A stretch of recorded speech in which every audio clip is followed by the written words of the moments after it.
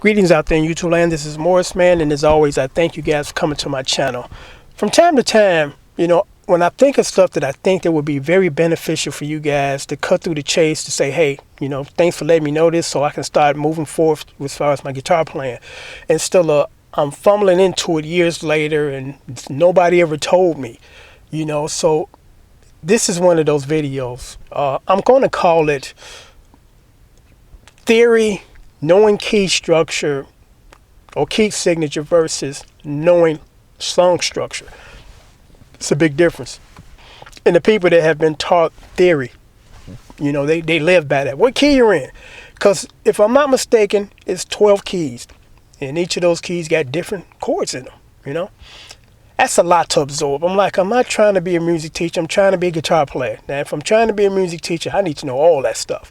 But if you're trying to be a guitar player, which is a different animal from just being a music teacher, it's not necessary to kind of go through all of that, because the majority of times when you need to know what key you're in is when you're about to do a solo. And here's a trick. When you don't know theory, don't know nothing. But the scales, the pentatonic scale, because I used to do it, Prince used to do it. You listen to a song and you just start running the pentatonic scale up and down the neck until you hear where it fits. It's like, okay, it's right here, so I can work within there. As opposed to, I know what key it is, this is where I go. And that's fine. But again, the emphasis is placed in the place where it shouldn't be. The emphasis should be this: learning song structure. And I'll give you a good example, because I just posted a Confunctions DVD lessons where I teach you how to play 10 Confunction songs. I had already had 9 of those in my archive, or 7, so I had to do 3 more. And I did those 3 more within 20 minutes, because once you kind of figure out song structure, like with the Confunction song, let's just say Secrets, I listened to it. It had what I call the main chords, which it took me less than 2 minutes to figure out. Then there was a change. Another set of different chords took me about 2 minutes to figure out. That's it, And I know the structure of the song when these changes are coming up.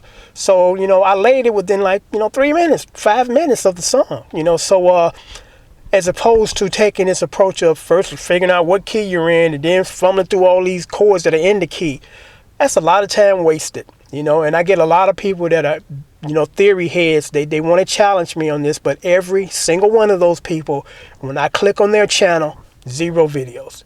Because I'm like, if we're doing it wrong, show us the right way and shut me up.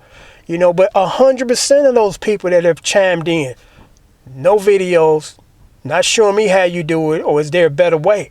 And that's because we have a hard time dealing with change, because we've been conditioned to do certain things all our lives. And now when someone comes around and says there's an easier way and you're not shortcutting, oh, no, it ain't. This is the right way and I'm sticking to it. Stick to it if you want to, but you're missing out, because, again, I get people that ask me to tab stuff all around the world. And they send me stuff I've never heard in my life. And within 5 minutes, I already know the song from start to finish, all the chords, the song structure. Then I go in the process of recording it and posting on YouTube for these people. And you can do the same, because like I said, in my DVDs 1 through 7, I walk you through all that stuff that traditional music teachers do not teach you, because they don't think it's important. And some of it is kind of bucking against what they've been taught. So they're not going to teach you something that is against what they've been taught. Because I look at it like this: as a guitar player, and a rhythm guitar player, or just a guitar player in general, if you're more or less doing R&B stuff, pop, blues stuff, with the exception of blues, but R&B stuff, when was the last time you heard a guitar solo in R&B song? Last time I can think of was the Usher song "You Got It Bad," which was a really nice solo. And I think Bruno Mars maybe had a solo or 2 in some of his catalogs of songs. But the point I'm making is 99% of your playing is going to be 1 or 2 things. Either you're going to be playing chords, or you're going to be picking lead lines. That's it. You're not going to be soloing. So why put a lot of effort in something that you're not going to use, or maybe use 1% of it, as opposed to, let me focus on the chords and the guitar licking and picking, because that's 90% of my playing, or 99% of my playing. Because, again, when was the last time you heard a guitar solo in a current R&B song? None.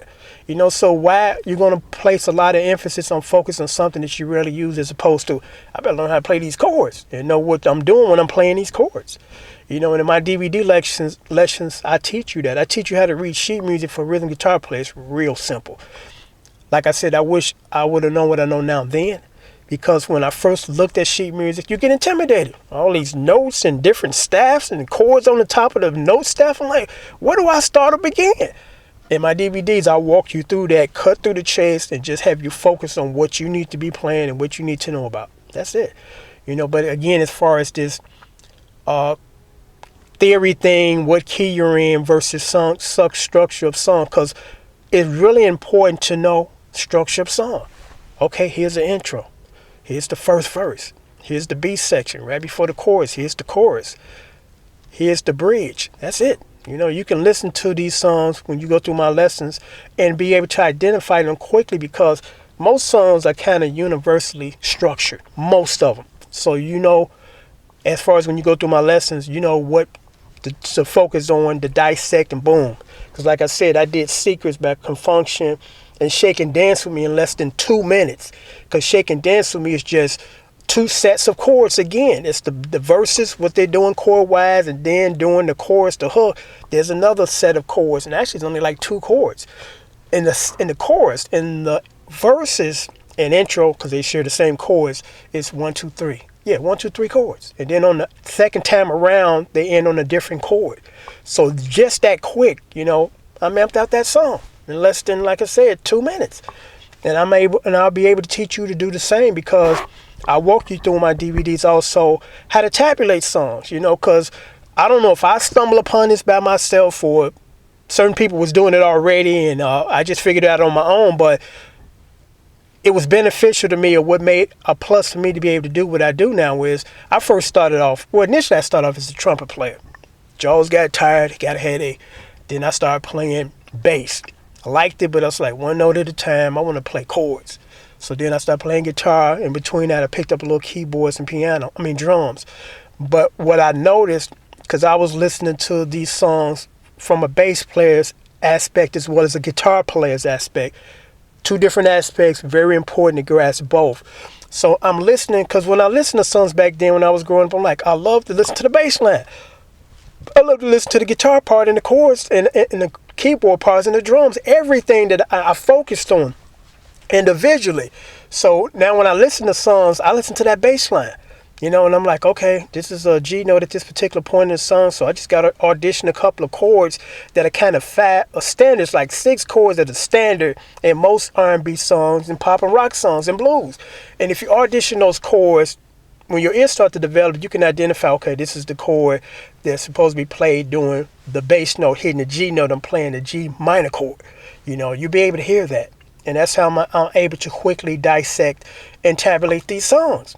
And again, you can do the same with my lessons, 1 through 7, $35, shipping and handling included, so if you guys are interested in learning the right way, not stumbling and fumbling and just looking at somebody's hands on the internet and hoping that you can figure it out by just watching their hands, and still understanding the concept behind where their hands are or why their hands are there, because it's not extremely difficult, because people again tell me, well, of course it ain't for you, because you've been playing a long time, and it's like, you make it easy. Anything that you do, that if you keep doing it, practicing, you just get better, whether it's playing guitar or typing or whatever, and that's why I'm able to do what I do so quickly and fluently, because I've been playing for a long time, and I learned, the system as far as how to tabulate these songs and get the right chords during the time, during the song. So I'm going to sign off, but again, this video was basically as far as the difference between that theory thing and learning structure of song and being able to tabulate songs quickly based on that, as opposed to, again, sitting down here fumbling through the key signatures and, okay, the key of A flat got all of these chords in it and blah, blah, blah. That's really, I guess, beneficial if you're trying to be a music teacher. But most of us are trying to be musicians, not necessarily music teachers, So on that note, I'm going to sign off. Hopefully this was somewhat helpful, helpful. So until next time, take care. Thanks for watching.